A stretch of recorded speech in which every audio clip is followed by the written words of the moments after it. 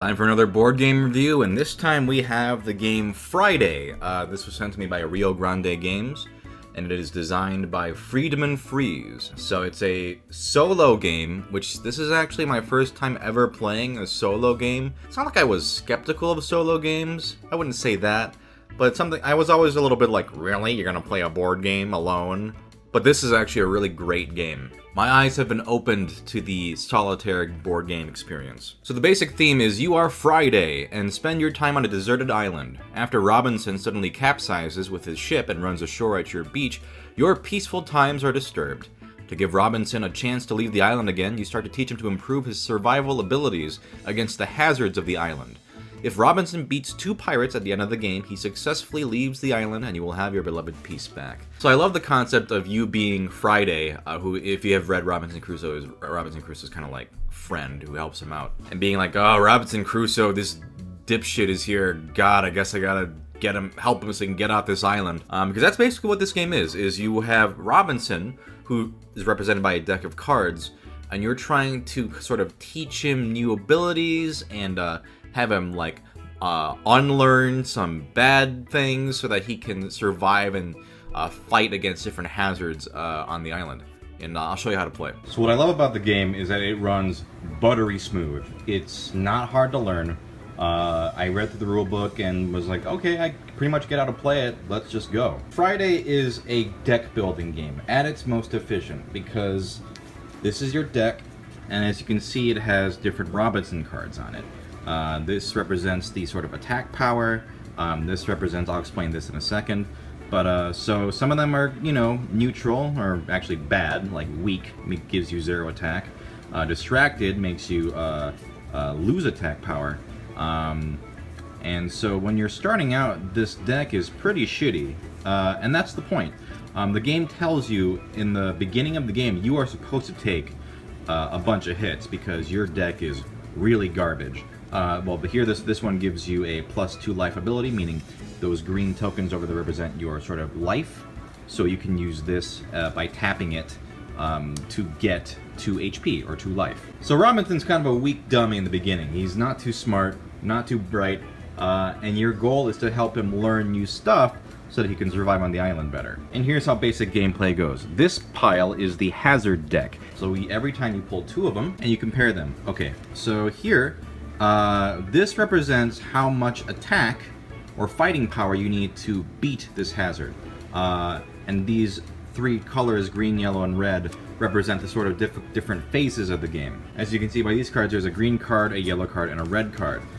As you progress through the game, you go through different phases. You start in the green phase, then you go in the yellow phase, then the red phase, and then finally the pirate phase. Beating the 2 pirates is the objective of the game. So in the beginning, you'll be in the green phase. Now, if you look at these 2 cards, you go, okay, on the green phase, this only needs 0, so that's pretty easy to beat, right? And they're both the same difficulty, because they're the same card with the Raft to the Wreck. But when you flip it over, you can see that Robinson is on the flip side. And this one is a food card, which gives you a +1 life ability. And this one is a strategy card, meaning 2 times exchange, meaning you can exchange 2 cards in play for 2 other cards in the deck. This number here represents how many free cards you can draw against this hazard. So let's say I pick this one. So I put this other card in the discard pile, and this is my hazard I'm going against. So I'm going to put it down here. Now, since there's 1 on this card, that means I can draw 1 card from my Robinson deck. And it's an eating card, so at 0. Put it on the left here. Since my fighting power is 0 and matches the green 0 condition, that means I get the card. And now the card becomes a Robinson card, and it gets put in my discard pile. And when I shuffle my discard pile, this will now be used as one of my Robinson cards instead of a hazard card. And that's how you get new abilities. So as you see through here, this one's a +2. This one's a +2 attack and 1 times destroy, meaning you can destroy one of the cards you have in play.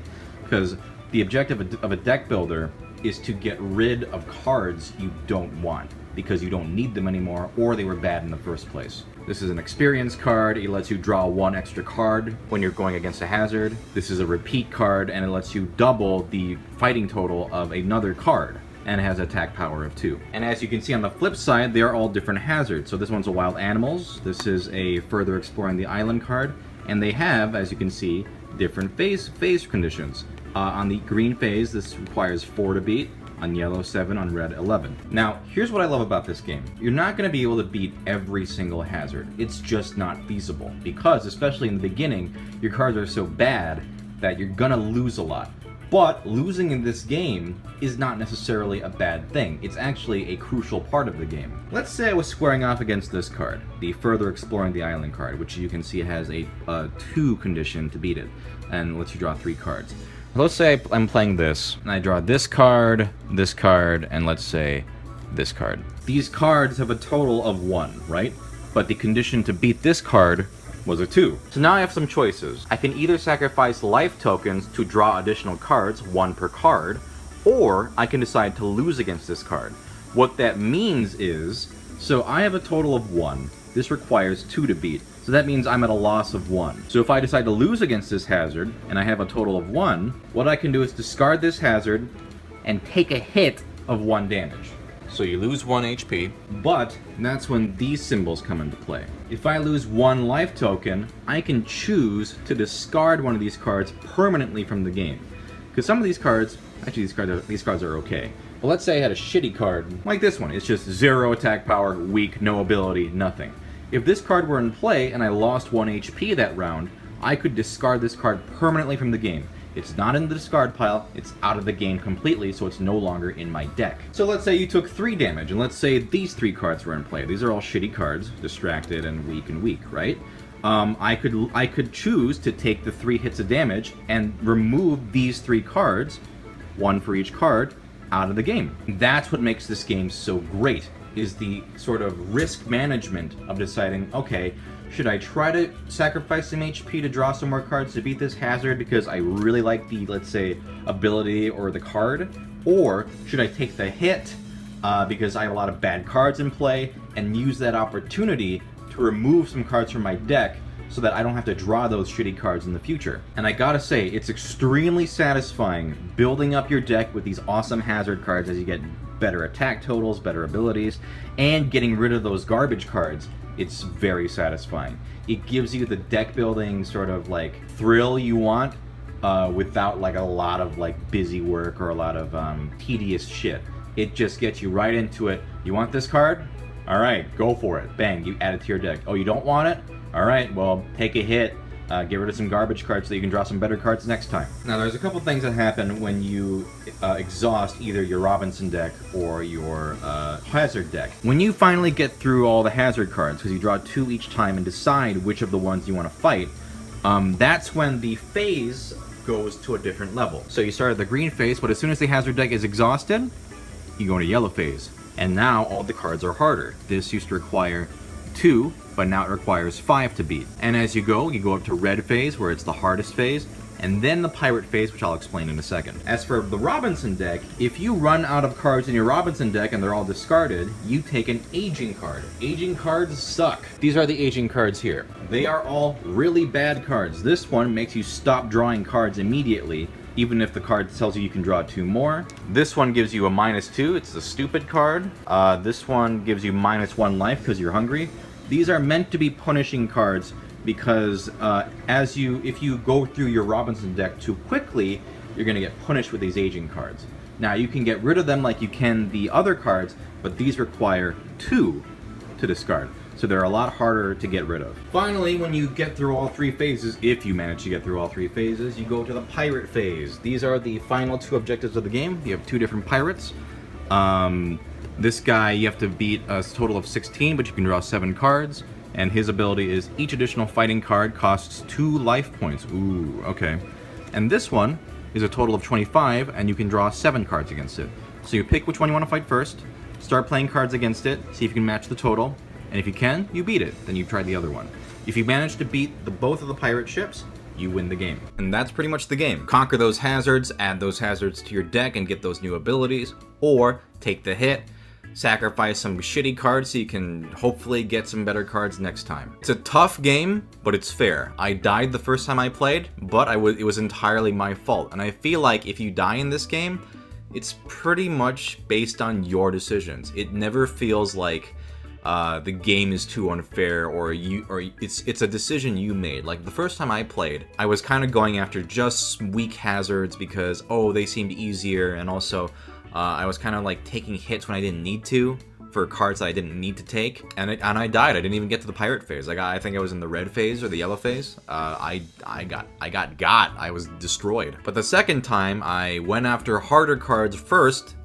Took some hits, but and it was a riskier way to go about things, but I managed to get some more powerful cards to my deck so that I could use them later on. And also, as the phases ramp up, cards that are hard in the beginning get even harder, so it's kind of a good idea to go after them in the beginning when they're still pretty low. But what makes this game so great is that when I lost in the first game, it was so easy to reset and just start a new game that I was like, yeah, let's do it. Like, I was really into my first game, and starting the second game, like right afterwards, took like a minute. Just had to shuffle some decks and I was done. It is designed in a way that it's so easy to play multiple sessions if you wanted to. There are some other cool abilities I didn't mention, like there's one where you can copy an ability of another card. There's one where you can sort the top 3 cards of your deck, so you put them in the right order you want them in.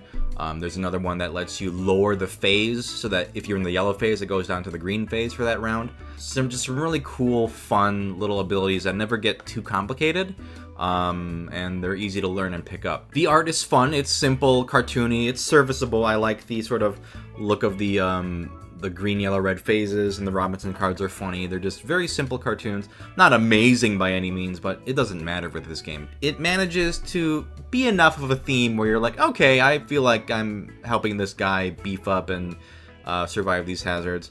I'm not like immersed or anything, but this game's really more about the game. It's about the risk management and the calculating in the game, which I love. The only like minor complaint I can think of is at the end of the game when you're fighting the pirate ships and you have to draw like, let's say 7 to 10 cards in a row, it can get a little chaotic because, you know, some of the cards have +1 or +2 draw more cards, or they let you copy some cards.